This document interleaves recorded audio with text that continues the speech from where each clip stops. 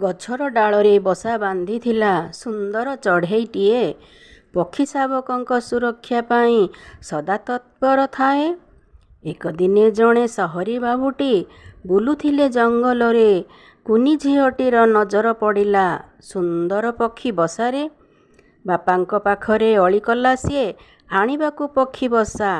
ସହରୀ ବାବୁଟି ଖୋଜୁଥିଲେ ଜଣେ କିଏ ଆଣିଦେବ ବସା। ଦେଖିଲେ ସେଠାରେ ବୁଲୁଥିଲା ଏକ ଗାଈଆଳ ଟୋକାଟିଏ। କହିଲେ, ବାବୁରେ ଆଣିଦେବ କି ସେ ସୁନ୍ଦର ପକ୍ଷୀ ବସାଟିଏ। ମୁଣ୍ଡକୁ ହଲେଇ ଗାଈଆଳ ପିଲା କହିଲା ବାବୁଙ୍କୁ ବୁଝେଇ, ଏତେ ସୁନ୍ଦର ପକ୍ଷୀ ବସାଟିଏ, ରହନ୍ତି ସେଠି ସୁନ୍ଦର ଚଢ଼େଇ। ବସାଟି ଆଣିଲେ ମରିଯିବେ ସବୁ, ଭାଙ୍ଗିଯିବ ଅଣ୍ଡା ଯେତେ। ମା ଚଢ଼େଇର ମନ ଦୁଃଖ ହେବ, ଖୋଜିବ ସେ ତାଙ୍କୁ କେତେ। ଆଣିପାରିବିନି ପକ୍ଷୀ ବସା ମୁହିଁ, ବାବୁ ମୋତେ କ୍ଷମା କର। ଚଢ଼େଇ ମାରିବା ଉଚିତ ନୁହଁ, ଫେରିଯାଅ ତୁମେ ଘର। ସହରୀ ବାବୁଟି ସବୁ ବୁଝିଗଲେ, ବୁଝେଇଲେ ନିଜ ଝିଅକୁ।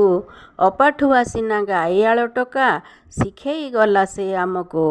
ଅପାଠୁଆ ସିନା ଗାଈଆଳ ଟୋକା, ଶିଖେଇ ଗଲା ସେ ଆମକୁ।